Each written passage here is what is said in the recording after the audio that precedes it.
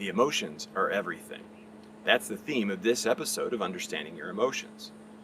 We'll take a closer look at how our emotions drive us, direct us, reward us, and punish us. We'll also explore ways to use the emotional frequency chart to climb out of an emotional rut. I'll also be providing an activation that will help you handle your emotions like a champ. So you'll want to subscribe and click the bell icon so you can be notified of future updates to this series.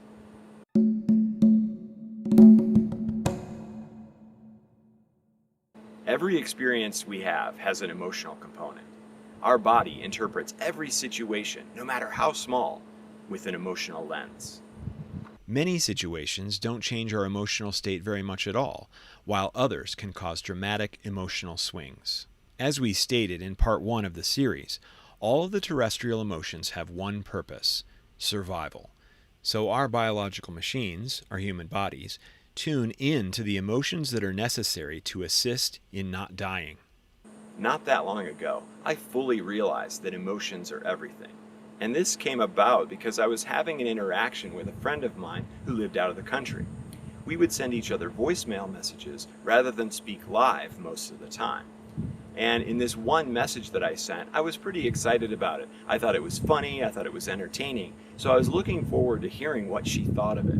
A few days had passed, and then we actually did speak live, and I brought up the message. And she said, "Oh yeah, that was great, that was funny, it was very clever, I'm so glad you sent that." And I said, "You know what's weird? I can't totally remember what my message was about. Do you remember what it was?"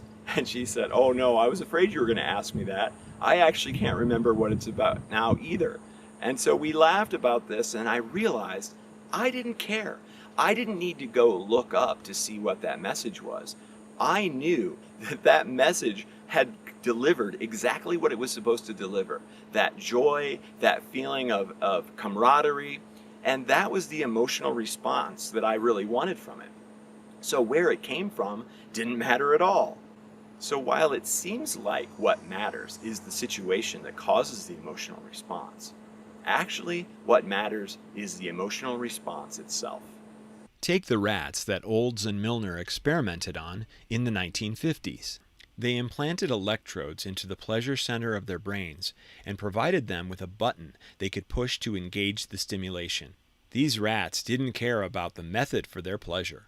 All they cared about was the pleasure itself after they pressed the button up to 7,000 times per hour. This shows how driven we are by our own physical response system. And that's why the system that drives us is so effective. It causes us to pursue pleasure or avoid pain. And then, since the emotions are tied into that same system, they guide us on what we should and what we shouldn't experience for our safety and for our survival. No matter how small or large the situation, we assign an emotion to it. We are always in an emotional state, and we are always vibrating on the emotional frequency chart. Most people believe that they spend their time in a neutral position. They think they are, but they're not. It is still a position on the chart, neutrality, but hardly anyone spends any time there. There's always an undercurrent of a positive or negative emotional response. So if we are completely driven to pursue pleasure and to avoid pain, and our emotional system ties directly into that, and every situation that we experience has an emotional component, then the emotions are truly everything. They are constantly being used. They are constantly telling us what to like and what not to like. And if emotions are everything, then the emotional frequency chart is actually the everything chart. In today's society, people pursue happiness, and a large number of people are suffering. But what is suffering? Suffering is a state of undergoing pain, distress, or hardship. When we spend time on the lower part of the emotional frequency chart, or we are experiencing physical pain, then we are, by definition, suffering. However, it becomes a chronic problem when we suffer because we're suffering. Does this make sense? Let's pick an example. Let's choose bitterness and resentment.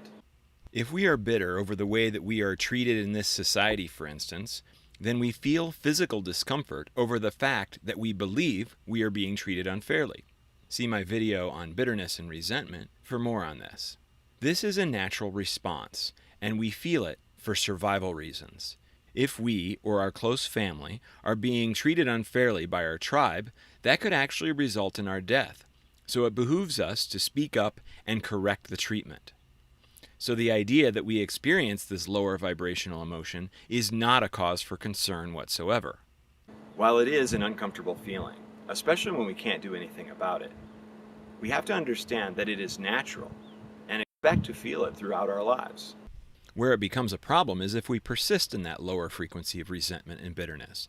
All of the terrestrial emotions are temporary. We should only experience them for short bursts of time and then begin to return to neutral. However, if we linger for too long in a lower vibrational emotion, that's when more pronounced suffering can take hold. Let's say it persists, and we continue to feel a sense of bitterness that lasts for days or maybe even weeks. There are likely two causes of this, either overfocus or past trauma. Either way, it's our response to that negative experience that determines how long we'll suffer for. If we look at the lower vibrational emotion by using another lower vibrational emotion, then the suffering will get worse. For instance, if we become tired of feeling bitter all the time, thanks to that past trauma or our overfocus, then maybe we begin to feel frustrated over constantly being bitter. This doubling is a downward spiral, one that's difficult to free yourself from, but there is a solution.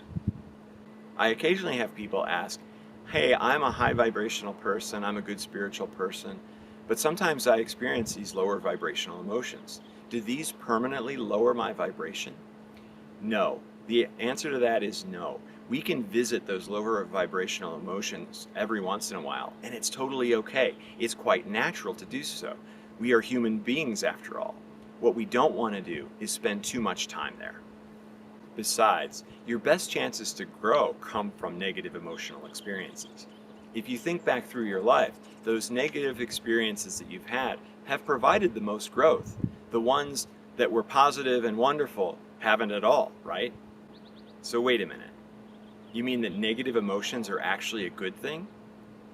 They absolutely are, if you take the right approach. Ask yourself this question and be honest. Do you want to grow and become a better person, or do you want an easy life? If the answer is that you want to grow, then you must learn to embrace the negative emotions. And unless we interfere, negative experiences always create negative emotions.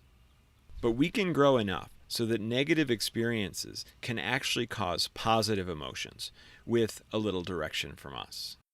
And this will actually cause you to have an easy life. The first step to getting yourself out of an emotional rut is to recognize that you're experiencing it for so many good reasons. And what are those reasons?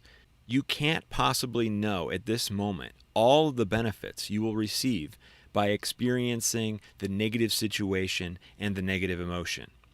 But you can know for sure that there will be some. There will be growth opportunities every time. One of the best ways to grow as a direct result of your negative emotional experience is to observe that experience through the lens of a higher vibrational emotion. So let's take a look at the chart. You're here at bitterness, and you don't want to be at bitterness anymore, and you'd like to be above neutrality, at least at neutrality. So what most people might do is try to get rid of the bitterness, but that doesn't work. Instead, you have to look directly at your bitterness and begin to look at it from the perspective of the higher vibrational emotions. So let's pick one of the higher vibrational emotions, one just above the neutral line, acceptance. If you can look at your bitterness with acceptance, then you already start to lighten the bitterness load. And how would you look at your bitterness with acceptance? You accept the fact that you are a human being who has emotions, all types. And this bitterness experience that you're having is natural. It's normal. There's nothing wrong with you for having it. So you accept that you currently have this bitterness feeling. You also accept that you would prefer not to have it, and that's okay too, but you really want to just accept the fact that you have it. That's not too hard. You can understand why you have it. You can think of the reasons why you have it. And so once we're there, you're at a higher vibrational emotion. And so your bitterness might be a little bit less now already just by doing this. But let's keep moving up the chart. Let's look at our bitterness with optimism. I am optimistic that this bitterness experience won't last forever. I'm optimistic that this bitterness experience will result in something good. Maybe it'll be a long-term good. Maybe it'll be a short-term good. It doesn't really matter. But I'm optimistic that it will go away, or that it won't feel so severe, or that there will be some positive benefit for having felt it. That's not too difficult either. So let's move up to the next one. Excitement. You can feel excitement over the fact that you've been having bitterness. Seems strange, but you can be excited about all kinds of things. You can be excited that you're going to make it through. You can be excited that it will be eventually over. You can be excited that you're going to learn some great lessons as a result. You can be excited about the end result, that something great will happen in the long run. Then you can move up the chart even further. And maybe you can be grateful for this bitterness experience. You can be grateful for the lessons that you're going to learn. You can be grateful for the opportunities and the positive results. And if you can be grateful for something negative, like bitterness, then you can have unconditional love for the experience.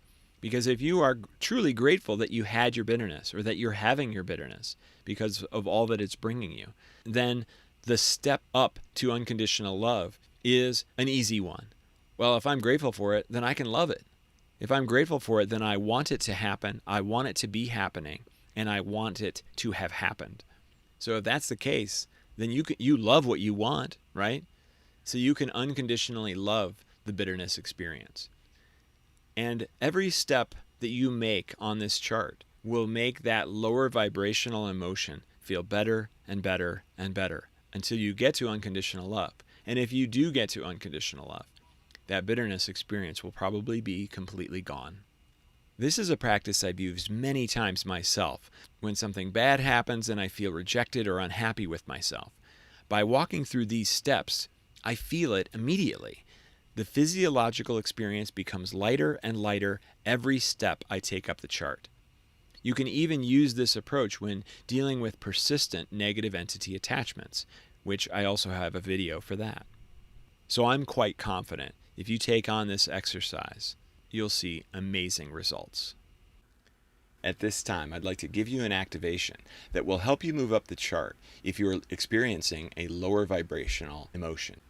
After this activation, it'll be much easier for you to look at that lower vibrational emotion with acceptance, with optimism, with excitement, with gratefulness, and with unconditional love. And if you'd like, you can watch this video again and listen to this activation when you're about to do the exercise the next time. So you can go ahead and get into a comfortable position and close your eyes. Take a nice big deep breath and relax on your exhale. Feel the seat that you're sitting in. Feel the clothes against your skin. Feel the temperature of the room. And this will be a very simple activation like most of them. All you need to do is just relax. I'm doing a slight tone for this one.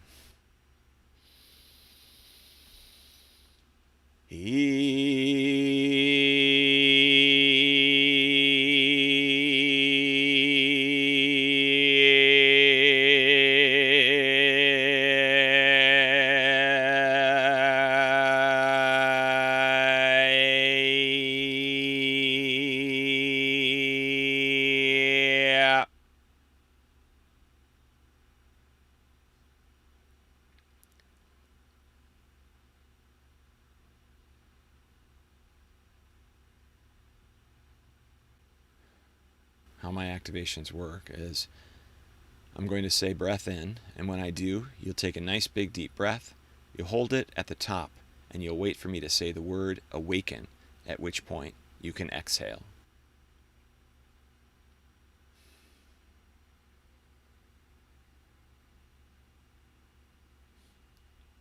Breath in.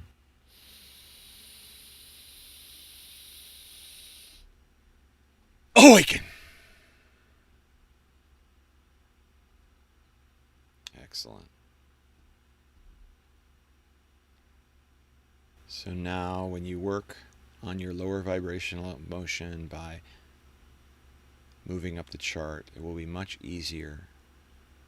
It will come much more naturally to you. And like I said, you can always listen to this again before you do the exercise.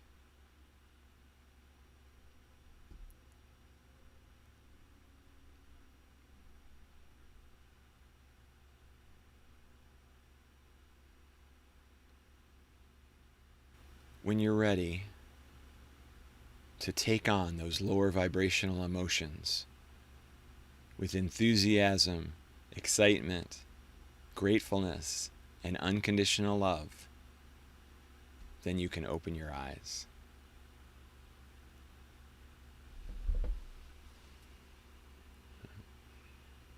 Thank you so much for participating in this activation. If you'd like another one, you can download a free nervousness relief activation from my website. This will take any nervousness experience that you're currently having and remove the negative signature from it so that you can clear your mind and remove some of those symptoms like a fluttering stomach or shaky hands to make it easier for you to get up in front of an audience, ask for a raise, or whatever it is that you might want to do that would normally make you nervous. Thank you so much for watching this video. I'm excited about future episodes of Understanding Your Emotions, and hopefully you are too. So if you would be so kind as to subscribe and click the bell icon so you can be notified of future episodes of that, plus other videos and activations, I'd appreciate it. Thanks again, and I'll see you on the next one.